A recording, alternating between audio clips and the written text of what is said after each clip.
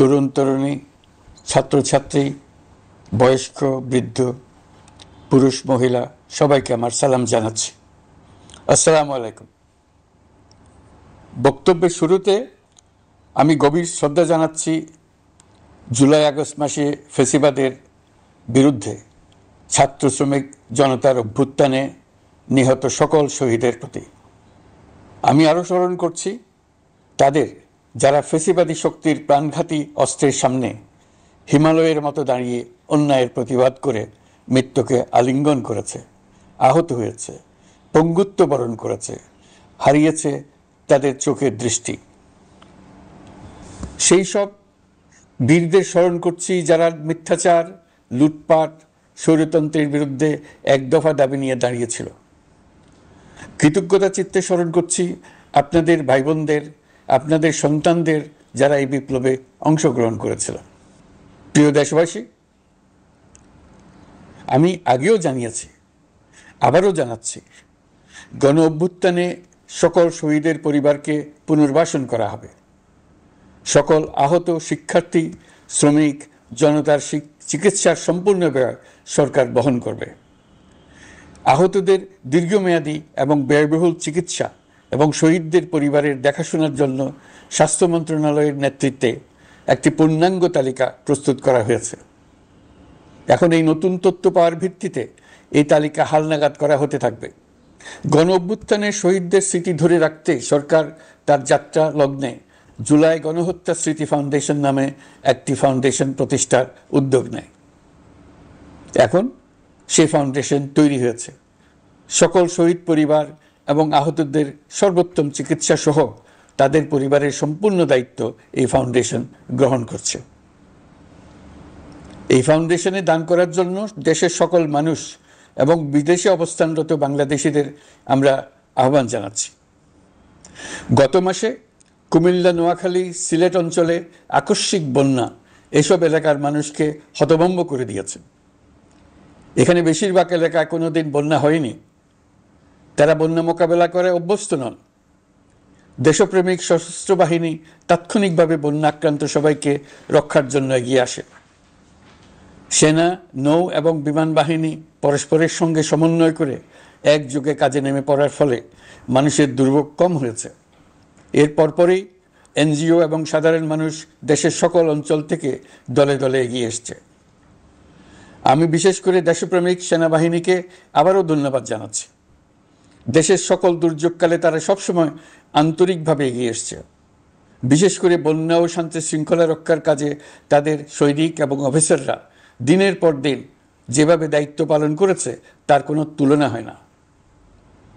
জনজীবনে স্বস্তি ও আত্মবিশ্বাস প্রতিষ্ঠায় তাদের ভূমিকা অনন্য। বাংলাদেশ সশস্ত্র বাহিনীর সকল সদস্যকে আমি ধন্যবাদ জানাই তাদের সততা, ত্যাগ ও অসীম দেশপ্রেমের জন্য। দেশের স্বাধীনতা সংগ্রাম থেকে শুরু করে বন্যা, খরা, ঝড়, বৃষ্টি, ঘূর্ণিঝড়, সকল প্রাকৃতিক দুর্যোগে আপনারা সকলের শেষ ভরসার স্থান। দেশের প্রতিটি ক্রান্তি লগ্নে আপনারা দেশের মানুষের পাশে থেকেছেন। দেশের স্বাধীনতার পক্ষে, সার্বভৌমত্বের পক্ষে অবস্থান নিয়েছেন। দেশ গঠনে আপনারা সবার আগে এগিয়ে এসছেন। বিগত জুলাই হতে শুরু হওয়া গণ অভ্যুত্থান, বন্যা, নিরাপত্তা প্রদান, অস্ত্র উদ্ধার সহ সকল কার্যক্রমে আপনারা সফলভাবে দিনরাত কাজ করে যাচ্ছেন। সরকার ও জনগণের পক্ষ থেকে আমি আপনাদের প্রতি কৃতজ্ঞতা জানাচ্ছি। বন্যা আমাদের জনজীবনে আরেকটি দিক উন্মোচন করল। দেশের সকল জায়গায় মানুষের সক্রিয় সহানুভূতির জোয়ার উঠেছিল অবিশ্বাস্য মাত্রায়। ব্যবসায়ী, অর্থবান ব্যক্তিরা যেমন তাদের অর্থ নিয়ে স্বতঃস্ফূর্তভাবে এগিয়ে এসেছিল, তেমনি দেশের বিভিন্ন প্রান্তের সাধারণ মানুষ, স্কুল, কলেজ, বিশ্ববিদ্যালয়ের ছেলেমেয়েরা জোয়ারের ঢলের মতো যার যার সামর্থ্য নিয়ে এগিয়ে এসছে। অনেকেই ছুটে গেছে বন্যার্তদের সহযোগিতা করার জন্য। এনজিওরা বিভিন্ন জায়গা থেকে ছুটে গেছে তাদের সহায়তা নিয়ে। তাদের কাজে অনুপ্রাণিত হয়ে আমি এনজিও নেতাদের সঙ্গে বৈঠক করেছি কিভাবে সরকার তাদের কাজের সঙ্গে সরকারের উদ্যোগকে সমন্বিত করতে পারে সেটার কাঠামো তৈরি করে দেওয়ার জন্য। বন্যা এখন চলে গেছে, কিন্তু পুনর্বাসনের কঠিন কাজ আমাদের সামনে রয়ে গেছে। সকলের সহযোগিতায় আমরা পুনর্বাসনের কাজটি সফলভাবে সমাধান করতে চাই। আইন শৃঙ্খলা পরিস্থিতির উন্নতির জন্য আমরা দিনরাত পরিশ্রম করে যাচ্ছি। যে সমস্ত ভাই বোনেরা তাদের গত 16 বছরের বেদনা জানিয়ে তার প্রতিকার পাওয়ার জন্য আমার অফিস এবং সচিবালয়ের অফিসসমূহের সামনে প্রতিদিন ঘেরাও কর্মসূচি দিয়ে আমাদের কাজকর্ম ব্যাহত করছিলেন, তারা আমার আহ্বানে সাড়া দিয়ে ঘেরাও কর্মসূচির থেকে বিরত হয়েছেন বটে, তবে অন্যত্র আবার তারা তাদের কর্মসূচি দিয়ে যাতায়াতে ব্যাঘাত সৃষ্টি করছেন। আমি কথা দিচ্ছি, আপনাদের ন্যায্য আবেদনের কথা আমরা ভুলে যাব না। আমরা সকল অন্যায়ের প্রতিকারের জন্য প্রতিশ্রুতিবদ্ধ। আমরা আমাদের দায়িত্বকালে যথাসম্ভব সব সমস্যার সমাধানের চেষ্টা করব। আমি আবারও অনুরোধ করছি, আপনারা যাতায়াতে ব্যাঘাত সৃষ্টি থেকে বিরত থাকুন। জাতি আপনাদের প্রতি কৃতজ্ঞ থাকবে। তৈরি পোশাক, ওষুধ শিল্প, এইসব এলাকায় শ্রমিক ভাই বোনেরা তাদের অভিযোগ জানানোর জন্য ক্রমাগতভাবে এই শিল্পের কার্যক্রম পরিচালনা বন্ধ রাখতে বাধ্য করছেন। এটা আমাদের অর্থনীতিতে যে নেতিবাচক প্রভাব ফেলবে সেটা মোটেই কাম্য নয়। এমনিতেই ছাত্র শ্রমিক জনতার বিপ্লবের পর যে অর্থনীতি আমরা পেয়েছি সেটা নিয়ম নীতিবিহীন দ্রুত ক্ষীয়মান একটা অর্থনীতি। প্রাতিষ্ঠানিক কাঠামো প্রায় ধ্বংসপ্রাপ্ত। বৈদেশিক মুদ্রার রিজার্ভ তলানিতে গিয়ে ঠেকেছে। আমরা এই অর্থনীতিতে প্রাণ সঞ্চারের চেষ্টা করছি, আমাদের উদ্যোগে সাড়াও পাচ্ছি। ঠিক এই সময়ে আমাদের শিল্প কারখানাগুলো বন্ধ হয়ে যাক, অকার্যকর হয়ে যাক, এটা আমাদের অর্থনীতিতে বিরাট আঘাত পড়বে। সেটা কিছুতেই আমাদের কাম্য হতে পারে না। শ্রমিক ভাই বোনদের অনেক দুঃখ আছে, কিন্তু সেই দুঃখ প্রকাশ করতে গিয়ে আপনাদের মূল জীবিকা বন্ধ হওয়ার উপক্রম হলে সেটা ঠিক হবে না। দেশের অর্থনীতি ধ্বংসপ্রাপ্ত হলে সেটা ঠিক হবে না। শ্রমিক মালিক উভয়ের পক্ষে আলোচনা করে এসব সমস্যার সমাধান আমরা অবশ্যই বের করব। আপনারা কারখানা খোলা রাখুন, অর্থনীতির চাকা সচল রাখুন, দেশের অর্থনীতিকে সোজা হয়ে দাঁড়াতে দিন। আমরা আপনাদের সমস্যার স্থায়ী সমাধান বের করার জন্য সর্বশক্তি প্রয়োগ করব। মালিক পক্ষের কাছে আমাদের আবেদন, আপনারা শ্রমিকদের সঙ্গে বোঝাপড়া করুন, কারখানা সচল রাখুন, অর্থনীতির দুর্বল স্বাস্থ্যকে সবল করে তুলুন। ওষুধ শিল্প এবং তৈরি পোশাক শিল্প দেশের গৌরব। এর মাধ্যমে আমাদের শ্রমিক ভাই বোনেরা তাদের কর্মকুশলতা বিশ্বকে মুগ্ধ করেছে। এর সাফল্য এখন থমকে আছে। আমরা এই দুই শিল্পকে তাদের সম্ভাব্য শীর্ষে নিয়ে যেতে চাই। দুর্বল করার তো প্রশ্নই ওঠে না। এই দুই শিল্পের কোথায় কোথায় বাধা আছে, সমস্যা আছে, সেগুলো চিহ্নিত করে তাকে বাধামুক্ত করতে চাই। আমরা বিদেশি ক্রেতাদের একত্রিত করে তাদের সহযোগিতা চাইব, যেন বাংলাদেশের এই শিল্প দুটি বিশ্বের অন্যান্য দেশের চাইতে বেশি আস্থাযোগ্য হয়ে গড়ে উঠতে পারে। সব কিছুই সম্ভব যদি আমরা শ্রমিক মালিক সম্পর্কটা একটা নির্ভরযোগ্য, আনন্দদায়ক করে গড়ে তুলতে পারি। আমাদের সরকারের প্রথম মাস কাটল। দ্বিতীয় মাস থেকে আমরা নতুন বাংলাদেশ গড়ার ভিত্তি হিসেবে নতুন শ্রমিক মালিক সম্পর্কের সূচনা করতে চাই। এটা দেশের সবার কাম্য। দেশের নতুন প্রজন্ম নির্ভয়ে যেন তাদের ভবিষ্যৎ নিয়ে এগিয়ে যেতে পারে, আমরা সেই লক্ষ্যে কাজ করছি। আমাদের দায়িত্ব অনেক। ন্যায়ভিত্তিক একটা সমাজ গড়ে তোলার জন্য একসাথে অনেকগুলো কাজ আমাদের হাত দিতে হবে।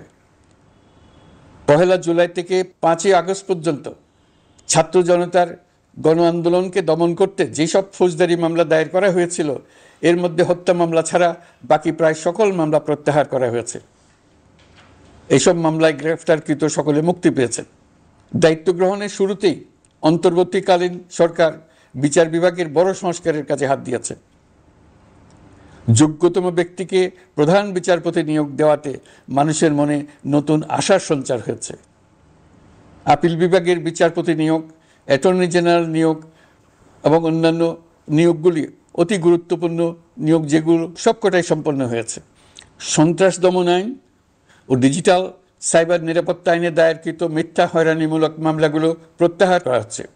সাইবার নিরাপত্তা আইন সহ বাংলাদেশে বিদ্যমান সকল কালো আইনের তালিকা করা হয়েছে। অতি সত্বর এই সকল কালো আইন বাতিল ও প্রযোজ্য ক্ষেত্রে সংশোধন করা হবে। সাংবাদিক সাগর রনি হত্যাকাণ্ড সহ বহুল আলোচিত 5টি হত্যাকাণ্ডের তদন্ত ও বিচার অগ্রাধিকার ভিত্তিতে ও দ্রুততম সময়ে নিষ্পত্তির জন্য সহায়তা প্রদান করা হচ্ছে। সম্প্রতি আমরা বলপূর্বক গুম থেকে সকল ব্যক্তির সুরক্ষার জন্য আন্তর্জাতিক কনভেনশনের সনদে স্বাক্ষর করেছি। ফলে স্বৈরাচার দ্বারা প্রতিষ্ঠিত গুম সংস্কৃতির সমাপ্তি ঘটানোর জন্য আন্তর্জাতিকভাবে আমরা প্রতিজ্ঞাবদ্ধ হলাম। এছাড়া আমরা ফেসিবাদ শাসনের 15 বছরে গুমের প্রতিটি ঘটনা তদন্ত করার জন্য পৃথক একটা কমিশন গঠন করছি।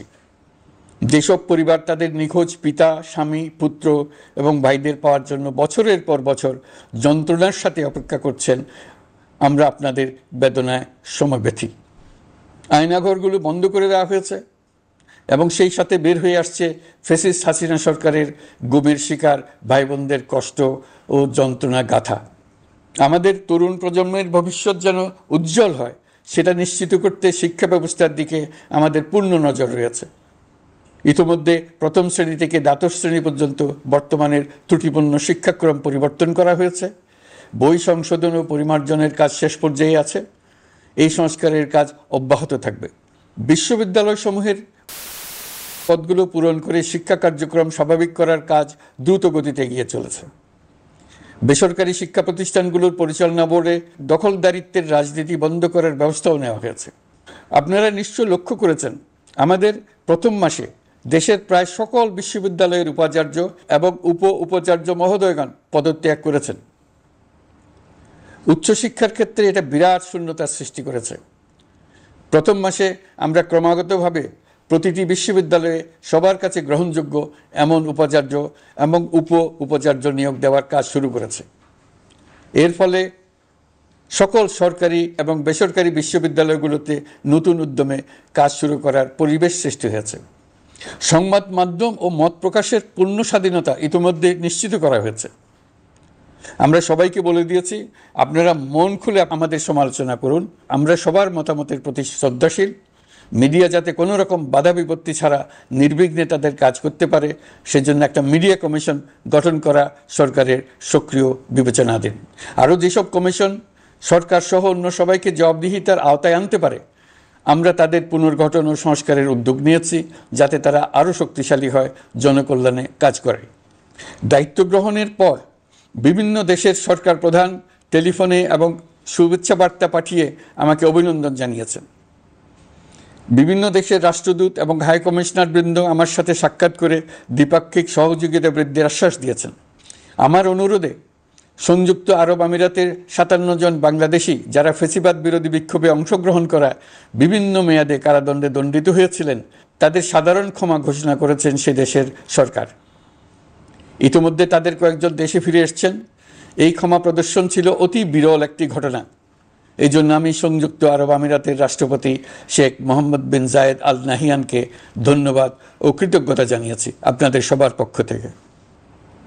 যে সমস্ত সরকার প্রধানের সঙ্গে আমার টেলিফোনে যোগাযোগ হয়েছে, তাদের মধ্যে রয়েছেন ভারতের প্রধানমন্ত্রী নরেন্দ্র মোদী, পাকিস্তানের প্রধানমন্ত্রী শাহবাজ শরীফ। আমরা ভারত এবং অন্যান্য প্রতিবেশী রাষ্ট্রসমূহের সঙ্গে সুসম্পর্ক চাই, তবে সেই সম্পর্ক হতে হবে ন্যায্যতা এবং সমতার ভিত্তিতে। ভারতের সাথে আমরা ইতিমধ্যে বন্যা মোকাবেলায় উচ্চ পর্যায়ে দ্বিপাক্ষিক সহযোগিতার আলোচনা শুরু করেছি। দক্ষিণ এশিয়ায় আঞ্চলিক সহযোগিতা বৃদ্ধির লক্ষ্যে আমি সার্ক রাষ্ট্রগোষ্ঠী পুনর্জীবিত করার উদ্যোগ নিয়েছি। আমরা চাই আমাদের দেশ যেন একটি গণতান্ত্রিক দেশ হিসেবে বিশ্বের কাছে সম্মানের সাথে পরিচিত হয়। দেশের পরিকল্পনা যেন দেশের মানুষ কেন্দ্রিক হয়, কোনো নেতা বা দল কেন্দ্রিক না হয়। আমরা স্বৈরাচারী হাসিনা সরকারের অহেতুক কোটি কোটি টাকা ব্যয়ের প্রকল্প বাস্তবায়িত হতে দেখেছি, যেগুলো কখনোই দেশের মানুষের জন্য ছিল না, বরং এর সাথে জড়িত ছিল কুৎসিত আমিত্ব এবং বিশাল আকারের চুরি। চলমান এবং প্রস্তাবিত সকল উন্নয়ন প্রকল্পগুলোর যাচাই বাছাই করার কাজ ইতিমধ্যে আমরা শুরু করেছি। প্রকল্প বাস্তবায়নের পর্যায় বিবেচনা করে বাকি কাজে ব্যয়ের সাশ্রয় এমনকি প্রয়োজন মতে তা বাতিল করার কথা বিবেচনা করা হবে। দেশের মানুষকে আর ফাঁকি দেওয়া চলবে না। কর্মসংস্থান তৈরি করবে এমন প্রকল্পগুলোকে আমরা অগ্রাধিকার দেব। লুটপাট ও পাচার হয়ে যাওয়া অর্থ ফিরিয়ে আনার উদ্যোগ আমরা নিয়েছি। আর্থিক খাতে শৃঙ্খলা ফিরিয়ে আনতে একটা ব্যাংকিং কমিশনও গঠন করার উদ্যোগ নেওয়া হয়েছে। বিভিন্ন ব্যাংকের পরিচালনা পরিষদ পুনর্গঠন করা হয়েছে। ব্যাংকিং খাতে এই এক মাসে বিরাট পরিবর্তন এসেছে, আপনারা নিশ্চয়ই সেটা লক্ষ্য করেছেন। আমরা এই খাতে নিয়মনীতি প্রতিষ্ঠা করতে পেরেছি। আরও অনেক কাজ বাকি রয়ে গেছে। প্রথম মাসের কাজ হিসেবে শুধু প্রধান কাজগুলো করেছে, তার সঙ্গে রয়েছে আরও অনেক পরবর্তী কাজ।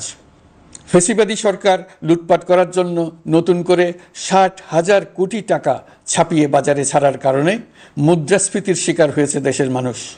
এই অতুলনীয় মুদ্রাস্ফীতি নিয়ন্ত্রণ অন্তর্বর্তী সরকারের অন্যতম প্রধান লক্ষ্য। মুদ্রাস্ফীতি নিয়ন্ত্রণের লক্ষ্যে পলিসি সুদের হার বৃদ্ধি করে 9% উন্নীত করা হয়েছে। মূল্যস্ফীতি থেকে সাধারণ মানুষকে সুরক্ষা দেওয়ার উদ্দেশ্যে ওএমএস খাদ্যবান্ধব কর্মসূচি সহ সুলভ মূল্যে প্রান্তিক মানুষের কাছে নিত্য প্রয়োজনীয় দ্রব্য সরবরাহ চলমান রাখা হয়েছে। মূল্যস্ফীতি মোকাবেলায় চলতি অর্থ বছরে চাল ও গম আমদানির জন্য 5,800 কোটি টাকা, আভ্যন্তরীণ সংগ্রহের জন্য 8,900 কোটি টাকা এবং খাদ্য ভর্তুকির 3টি প্রোগ্রামের জন্য 7,360 কোটি টাকা বরাদ্দ রাখা হয়েছে। বিভিন্ন স্টেক হোল্ডারের সাথে সভা করে মূল্যস্ফীতি নিয়ন্ত্রণের করণীয়সমূহ চিহ্নিত করা হয়েছে। পরিচালন ও উন্নয়ন ব্যয় যৌক্তিক পরিমাণে হ্রাস করার জন্য কার্যক্রম গ্রহণ করা হয়েছে। কৃষিপণ্য উৎপাদনের জন্য সার আমদানির ক্ষেত্রে প্রয়োজনীয় বৈদেশিক মুদ্রার সরবরাহ নিশ্চিত করার পদক্ষেপ নেওয়া হয়েছে। প্রকৃত চাষিগণ যাতে কৃষি ঋণ পেয়ে থাকেন তা নিশ্চিত করার উদ্যোগ নেওয়ার পাশাপাশি কৃষি ঋণের পরিমাণ বৃদ্ধি করা হয়েছে। মার্কিন ডলারের বিপরীতে টাকার বিনিময় হার স্থিতিশীল রাখার লক্ষ্যে বৈদেশিক মুদ্রার বিনিময় হারকে বাজারভিত্তিক করা হয়েছে। কালো টাকা সাদা করার অনৈতিক অনুমতি বাতিল করা হয়েছে। বৈদেশিক মুদ্রার রিজার্ভ বৃদ্ধি করতে বিভিন্ন উন্নয়ন সহযোগীদের কাছ থেকে বাজেট সাপোর্ট চাওয়া হয়েছে। আন্তর্জাতিক মুদ্রা তহবিল থেকে অতিরিক্ত 3 বিলিয়ন মার্কিন ডলার, বিশ্বব্যাংক থেকে অতিরিক্ত 1 বিলিয়ন ডলার, জাইকা থেকে অতিরিক্ত 1 বিলিয়ন মার্কিন ডলার প্রদানের অনুরোধ করা হয়েছে। রূপপুর পারমাণবিক বিদ্যুৎ কেন্দ্র নির্মাণ প্রকল্পের অগ্রিম অর্থ পরিশোধ এবং বকেয়া পাওনা নিয়ে রাশিয়ান ফেডারেশনের সাথে অর্থ মন্ত্রণালয়ের আলোচনা চলছে। পাইপলাইনে থাকা 48 বিলিয়ন মার্কিন ডলার বৈদেশিক সহায়তা ব্যবহারের উদ্যোগ নেওয়া হয়েছে। মেগা প্রকল্পের নামে লুটপাট বন্ধের পাশাপাশি স্বাস্থ্য ও শিক্ষা খাতে বরাদ্দ বৃদ্ধির পরিকল্পনা গ্রহণ করা হয়েছে। বৈদেশিক মুদ্রার রিজার্ভের উপর চাপ কমানোর লক্ষ্যে রাশিয়া এবং চীন থেকে প্রাপ্ত ঋণের সুদের হার কমানো এবং ঋণের মেয়াদ বৃদ্ধির জন্য অনুরোধ জানানো হয়েছে। সকল উন্নয়ন সহযোগীদের সাথে সম্পর্ক আরও নিবিড় করার উদ্যোগ নেওয়া হয়েছে। সকল অর্থনৈতিক সূচক এবং পরিসংখ্যানের প্রকৃত মান বা সংখ্যা প্রকাশের জন্য নির্দেশনা প্রদান করা হয়েছে। জিডিপি, মূল্যস্ফীতি ইত্যাদি সঠিক উপাত্ত সংগ্রহ, প্রাক্কলন ও প্রকাশের জন্য নির্দেশনা দেওয়া হয়েছে। জাতীয় রাজস্ব বোর্ড এবং অর্থ বিভাগের রাজস্ব আয় সম্পর্কিত উপাত্তের মধ্যে পার্থক্য নিরসনে উদ্যোগ নেওয়া হয়েছে। প্রকৃত রপ্তানি আয় নিরূপণ এবং প্রকাশের নির্দেশনা দেওয়া হয়েছে। জাতীয় রাজস্ব বোর্ডের অটোমাইজেশনের লক্ষ্যে পরিকল্পনা গ্রহণ করা হয়েছে। পুঁজিবাজারকে স্বাভাবিক ধারায় ফিরিয়ে আনতে সিকিউরিটি এক্সচেঞ্জ কমিশন পুনর্গঠন করা হয়েছে। নিত্য প্রয়োজনীয় পণ্য সামগ্রীর সরবরাহ স্বাভাবিক রাখার নিমিত্তে ব্যবসায়ী, শিল্প মালিক ও ব্যবসায়ী সংগঠনের সাথে সভা করা হচ্ছে এবং তাদের মতামতের ভিত্তিতে বিভিন্ন ব্যবস্থা গ্রহণ করা হচ্ছে। বিদ্যমান মজুদ ও ঘাটতি মূল্যায়ন করে ভবিষ্যৎ চাহিদা পর্যালোচনা করে স্থানীয় উৎপাদন বৃদ্ধির পাশাপাশি আমদানি পর্যায়ে বিভিন্ন জটিলতা দূরীকরণ, বন্দর ও বড় মোকামসহ পরিবহন ব্যবস্থার বিভিন্ন সমস্যা সমাধানে সংশ্লিষ্ট সকল মন্ত্রণালয়, দপ্তর, বিভাগকে প্রয়োজনীয় নির্দেশ দেওয়া হয়েছে। এই জন্য তেল, চিনি, ডিম ও মাংস উৎপাদনকারী বৃহৎ প্রতিষ্ঠানসমূহের সাথে সভা ও মতবিনিময় করা হচ্ছে। নিত্য প্রয়োজনীয় কিছু দ্রব্যাদি যেমন পেঁয়াজ, আলু এসবের দাম আরও কমানোর জন্য বিদ্যমান শুল্ক হার হ্রাসের বিষয়ে এনবিআরকে প্রয়োজনীয় নির্দেশনা দেওয়া হয়েছে। ইতোমধ্যে এনবিআর পেঁয়াজ, আলু ও কতিপয় কীটনাশকের ক্ষেত্রে আমদানি শুল্ক হ্রাস এবং ক্ষেত্র বিশেষে রেগুলেটরি শুল্ক প্রত্যাহার করে এসআরও জারি করেছে। নিম্ন আয়ের 1 কোটি পরিবারকে টিসিবির মাধ্যমে হ্রাসকৃত মূল্যে কিছু পণ্য যেমন পরিবার প্রতি চাল মাসে 5 কেজি, সয়াবিন তেল মাসে 2 কেজি, মসুর ডাল মাসে 2 কেজি দেওয়া হচ্ছে। এটি সামনের দিনগুলোতে অব্যাহত রাখা হবে। সরকার দায়িত্ব গ্রহণের পর জনপ্রত্যাশা অনুযায়ী বিদ্যুৎ, জ্বালানি ও খনিজ সম্পদ মন্ত্রণালয় হতে বিদ্যুৎ ও জ্বালানির দ্রুত সরবরাহ বৃদ্ধি আইনের অধীনে চলমান সকল প্রকার নেগোসিয়েশন, প্রকল্প বাছাই এবং ক্রয় প্রক্রিয়াকরণ কার্যক্রম আপাতত স্থগিত করা হয়েছে। গত 1.5 দশকে এই আইন ব্যবহার করে লক্ষ কোটি টাকা লুটপাট হয়েছে। বিদ্যুৎ, জ্বালানি ও খনিজ সম্পদ মন্ত্রণালয়ের আওতাধীন কোম্পানিসমূহে অধিকতর স্বচ্ছতা ও জবাবদিহিতা আনার লক্ষ্যে কোম্পানিসমূহের পরিচালনা পর্ষদ পুনর্গঠন করা হয়েছে।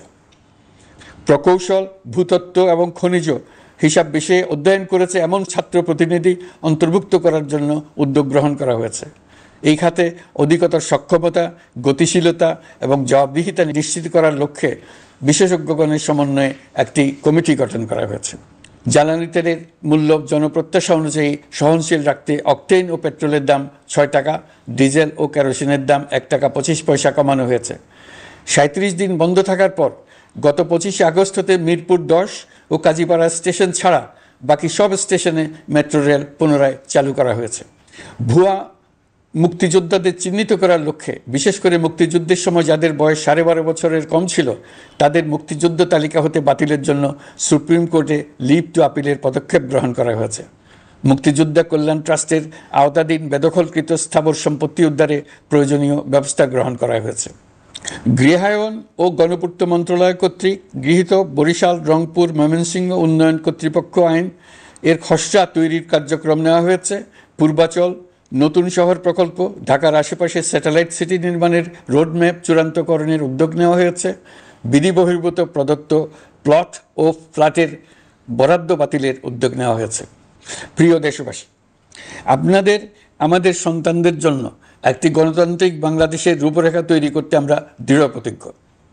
আর যেন আমাদের কোনো স্বৈরাচারের হাতে পড়তে না হয়। আমরা যাতে বলতে পারি আমরা একটি গণতান্ত্রিক দেশে বসবাস করি, আমরা যাতে সকলেই দাবি করতে পারি যে এই দেশটি আমাদের, আমরা সেই লক্ষ্যেই কাজ করছি। কেউ আইন নিজের হাতে তুলে নেবেন না। আইন নিজের হাতে তুলে নিয়ে কেউ সমাজে বিশৃঙ্খল পরিবেশ সৃষ্টি করলে আমরা তাকে অবশ্যই শাস্তির আওতায় নিয়ে আসব। আমরা একটি সাম্প্রদায়িক সম্প্রীতির দেশ। ধর্মীয় সম্প্রীতি বিনষ্ট হয় এমন কোনো কাজ কেউ কোনোভাবেই করবেন না। অতীতে শুধুমাত্র আওয়ামী মতাদর্শী না হওয়ার কারণে 28তম থেকে 42তম বিসিএস পর্যন্ত বিপিএসসি কর্তৃক সুপারিশকৃত অনেক প্রার্থী নিয়োগ বঞ্চিত হয়েছেন। 8ই আগস্ট পরবর্তী সময়ে এর মধ্যে এদের 259 জনকে নিয়োগ দেওয়া হয়েছে। মাঠ প্রশাসনকে জনবান্ধব এবং দুর্নীতিমুক্ত জবাবদিহিমূলকভাবে গড়ে তোলার জন্য সব ধরনের উদ্যোগ নেওয়া হয়েছে। সরকারি কর্মচারীদের বাধ্যতামূলকভাবে সম্পদ বিবরণী দাখিলের নির্দেশ দেওয়া হয়েছে এবং এটা প্রতি বছর তাদেরকে করতে হবে। ধ্বংস হয়ে পড়া একটা জনপ্রশাসনকে নিয়ে যাত্রা শুরু করেছি। মন্ত্রণালয়গুলোর উচ্চতম পদে যারা নিয়োজিত ছিলেন তারা অনেকে দায়িত্ব ছেড়ে চলে গেছেন, কিংবা পদে থাকলেও সহকর্মীদের চাপের মুখে কাজ করতে পারছিলেন না, বাধ্য হয়ে পদত্যাগ করেছেন। আর যারা 16 বছরের স্বৈরাচারী শাসনের আমলে পদত্যাগে বাধ্য হয়েছিলেন কিংবা দায়িত্ববিহীন অবস্থায় একই পদে থেকে বাধ্য হয়েছেন, তাদের সবার কথা বিবেচনা নিয়ে জনপ্রশাসনকে নতুন করে দাঁড় করানোই ছিল আমাদের প্রথম মাসে কঠিনতম সময়। আবার সকল সমস্যার সমাধান করে একটি নতুন জনপ্রশাসন কাঠামো দাঁড় করাতে পেরেছি, এটাই আমাদের প্রথম মাসের সবচাইতে বড় অর্জন। আমার বিশ্বাস এই জনপ্রশাসন জনগণের ইচ্ছা পূরণে সর্বোচ্চ অবদান রাখতে পারবে। অতি স্বল্প জনবল নিয়ে দাপ্তরিক কার্যক্রম শুরু করা হলেও প্রথম দিকে বিভিন্ন মন্ত্রণালয় ও বিভাগ থেকে পাঠানো বিবিধ প্রস্তাব দ্রুত গতিতে এবং আইনগত সমস্ত বাধ্যবাধকতা মেনে সিদ্ধান্ত নেওয়া হয়েছে। গত 1 মাসে বিভিন্ন মন্ত্রণালয় ও বিভাগ 198টি অতি গুরুত্বপূর্ণ বিষয়ে সিদ্ধান্ত নিয়েছে। জনপ্রশাসনের 135 জন অতিরিক্ত সচিব, 227 জন যুগ্ম সচিব এবং 120 জন উপসচিবকে পদোন্নতি প্রদান করা হয়েছে। 59টি জেলা প্রশাসককে প্রত্যাহার করা হয়েছে এবং নতুন 59 জন জেলা প্রশাসককে নিয়োগ দেওয়া হয়েছে। 67 জন কর্মকর্তার চুক্তিভিত্তিক নিয়োগ বাতিল করা হয়েছে। 10 জন যুগ্ম সচিব, 8 জন অতিরিক্ত সচিব, 6 জন সচিবকে ওএসডি করা হয়েছে। বাংলাদেশ পুলিশের 80 জন ডিআইজি, 30 জন পুলিশ সুপার সহ 110 জনকে পদোন্নতি প্রদান করা হয়েছে। 1 জন ডিআইজি, 1 জন এডিশনাল ডিআইজি, 4 জন পুলিশ সুপারকে চাকরিতে পুনর্বহাল করা হয়েছে। আইজিপি সহ 10 জন অতিরিক্ত আইজি, 88 জন ডিআইজি, 21 জন এডিশনাল ডিআইজি, 177 জন পুলিশ সুপার সহ মোট 297 জন কর্মকর্তাকে বদলি করা হয়েছে। ছাত্র শ্রমিক জনতার বিপ্লবের মূল লক্ষ্য ছিল গণভবন। এটা ছিল স্বৈরাচারের কেন্দ্রবিন্দু। এই সরকার বিপ্লবের প্রতি সম্মান দেখিয়ে গণভবনকে বিপ্লবের জাদুঘর হিসেবে ঘোষণা দিয়েছে। ছাত্র জনতার ক্ষোভকে স্থায়ীভাবে তুলে ধরার জন্য গণভবনের আর কোনো সংস্কার করা হবে না। ছাত্র জনতার ক্ষোভের মুখে তা যে অবস্থায় দাঁড়িয়েছিল সেই অবস্থায় তাকে রাখা হবে। যেসব মূল্যবান সামগ্রী জনতা নিয়ে গিয়েছিল সেগুলো অনেক ফেরত দিয়ে গেছেন। যারা নিয়ে গিয়েছেন তারা নিজেরাই ফেরত দিয়ে গেছেন। তাদের আমরা দেশবাসীর পক্ষ থেকে ধন্যবাদ জানাচ্ছি। আরও কিছু জিনিস পাওয়া যায়নি। যারা নিয়ে গেছেন তাদের কাছে আমাদের অনুরোধ থাকবে তারা যেন এইসব সামগ্রী ফেরত দিয়ে যান। আমরা উল্লেখ করব এইসব বিক্ষুব্ধ জনতা নিয়ে গিয়েছিল, কিন্তু বিজয়ের পর তারা আবার জাদুঘরে প্রতি সম্মান দেখিয়ে এগুলো ফেরত দিয়ে গিয়েছেন। আমরা নতুন বাংলাদেশকে একটা পরিবেশ বান্ধব এবং জীববৈচিত্র্যময় দেশ হিসেবে গড়ে তোলার উদ্যোগ নিয়েছি। এটি তরুণদের আকাঙ্ক্ষা, আমাদের সবারই আকাঙ্ক্ষা। সেই লক্ষ্যে আমি প্রথমেই একটি ক্ষুদ্র পদক্ষেপ নিয়েছি। আমার বাসভবন এবং সমগ্র সচিবালয়ে প্লাস্টিকের পানির বোতল ব্যবহার নিষিদ্ধ করেছি। ইতিমধ্যে সুপার শপগুলোতে পলিথিনের শপিং ব্যাগ ব্যবহার বন্ধ করার উদ্যোগ নেওয়া হয়েছে। গত কয়েক দশকে যে পরিমাণ নদী দূষণ হয়েছে, আমরা তা বন্ধ করার উদ্যোগ নিয়েছি। আমরা সংস্কার চাই। আমাদের একান্ত অনুরোধ, আমাদের উপর যে সংস্কারের গুরু দায়িত্ব দিয়েছেন, সেই দায়িত্ব দিয়ে আপনারা দর্শকের গ্যালারিতে চলে যাবেন না। আপনারা আমাদের সঙ্গে থাকুন, আমরা একসঙ্গে সংস্কার করব। এটা আমাদের সবার দায়িত্ব। আপনারা নিজ নিজ জগতে সংস্কার আনুন। একটা জাতির সংস্কার শুধু সরকারের সংস্কার হলে হয় না। আপনি ব্যবসায়ী হলে আপনার ব্যবসায় সংস্কার আনুন। ব্যবসায়ী গোষ্ঠীরা তাদের নিজ নিজ সমিতির মাধ্যমে সংস্কার আনুন। সমিতিতে সংস্কার আনুন। নতুন করে সমিতি গঠনতন্ত্র সংশোধন করুন। আপনি শ্রমিক হলে আপনার ক্ষেত্রে আপনি সংস্কার করুন। আপনি রাজনৈতিক নেতাকর্মী হলে আপনার ক্ষেত্রে সংস্কার করুন। আপনি প্রতিষ্ঠান প্রধান হলে আপনার প্রতিষ্ঠানে সংস্কার আনুন। আমি এটাকে সুযোগ হিসেবে গ্রহণ করার জন্য সবাইকে আহ্বান জানাচ্ছি। এই সংস্কারের মাধ্যমে আমরা জাতি হিসেবে নতুনভাবে যাত্রা শুরু করতে চাই। আমাদের এই যাত্রা আমাদেরকে পৃথিবীর একটা সম্মানিত জাতি হিসেবে প্রতিষ্ঠিত করুক, এটাই আমাদের সবার কাম্য, এটাই আমাদের সবার লক্ষ্য। গত এক মাসে আমি বেশ কিছু রাজনৈতিক দলের সঙ্গে পৃথকভাবে বসছি, তাদের সঙ্গে মতামত বিনিময় করেছি। তারা আমাদের উৎসাহিত করেছেন, ছাত্র শ্রমিক জনতার বিপ্লবের লক্ষ্যের প্রতি সমর্থন জানিয়েছেন, সংস্কারের কাজে পূর্ণ সহযোগিতার দেওয়ার আশ্বাস দিয়েছেন। আমি দেশের বিশিষ্ট সম্পাদক বৃন্দের সঙ্গে মত বিনিময় করেছি, তারাও সংস্কারের কাজে পূর্ণ সহযোগিতা দেওয়ার আশ্বাস দিয়েছেন। তারা বিভিন্ন বিষয়ে মূল্যবান পরামর্শ দিয়েছেন। সবার পরামর্শ নিয়ে এখন পালা। আমি বিশিষ্ট ব্যবসায়ীদের সঙ্গে বৈঠক করেছি, তাদের কাছে আমাদের সরকারের লক্ষ্যগুলো ব্যাখ্যা করেছি, তারাও আমাদের লক্ষ্যের সঙ্গে একমত প্রকাশ করেছেন। আপনারা জানেন, ছাত্র শ্রমিক জনতার ঐতিহাসিক জুলাই গণ অভ্যুত্থানের মুখে এবং হাজারো মানুষের আত্মদানের বিনিময়ে বাংলাদেশে ফ্যাসিস্ট সরকারের পতন হয়েছে। এই গণ অভ্যুত্থানের বার্তা ও আকাঙ্ক্ষা বাস্তবায়নের জন্য একটি অভূতপূর্ব সময় ও সুযোগ আমরা এর মধ্য দিয়ে অর্জন করেছি।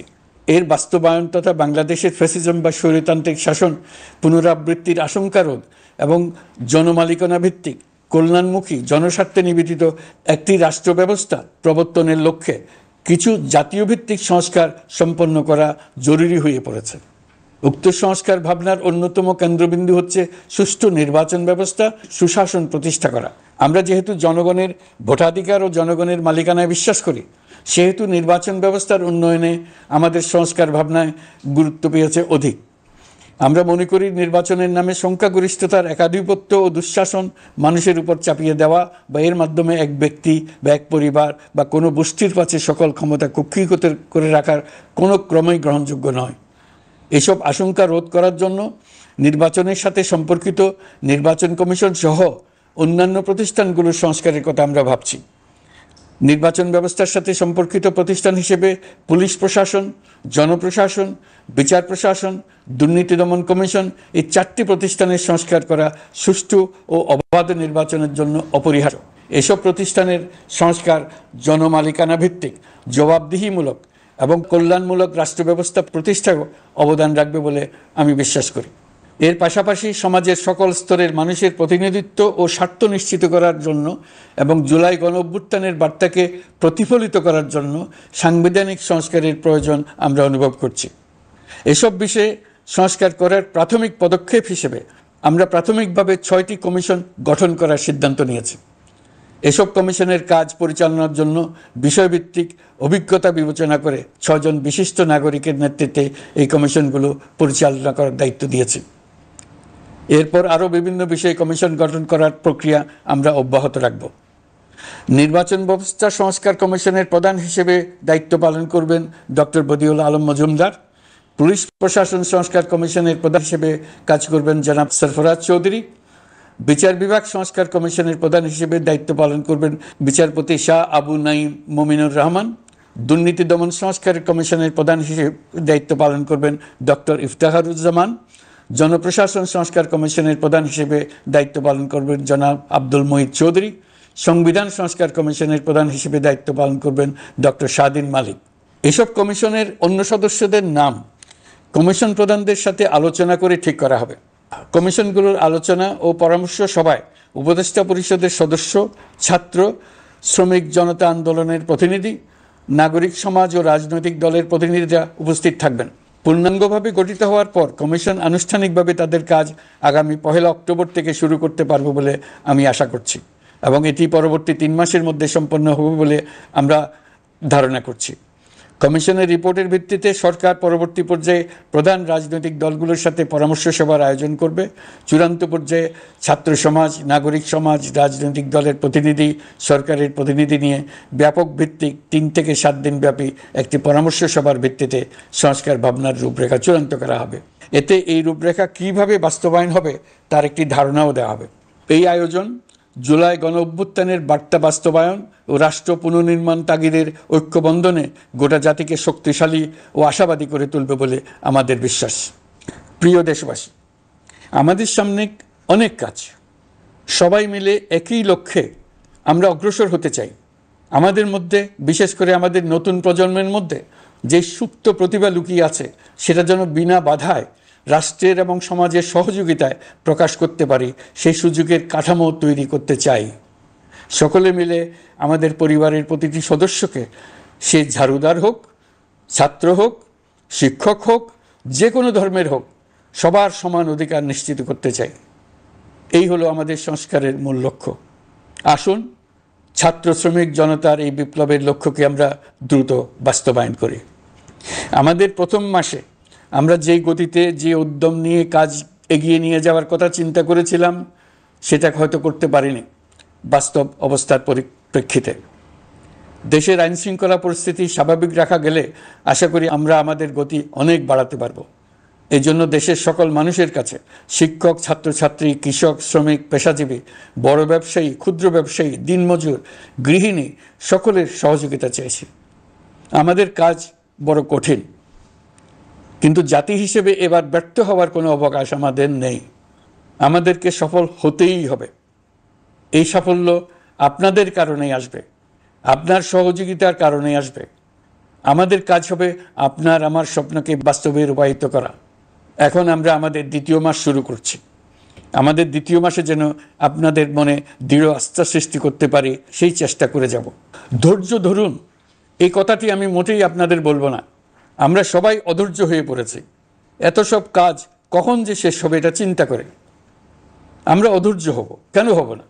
কিন্তু সঠিকভাবে কাজ করব, কাজে কোনো অধৈর্যের চিহ্ন রাখব না। প্রিয় দেশবাসী, দেশের শিশু, কিশোর কিশোরী, তরুণ তরুণী, ছাত্রছাত্রী, বয়স্ক, বৃদ্ধ, পুরুষ, মহিলা, সবাইকে আবারও আমার সালাম জানাচ্ছি। আসসালামু আলাইকুম। আপনাদের সবাইকে ধন্যবাদ জানাচ্ছি। মহান আল্লাহ আমাদের সকলের সহায় হন।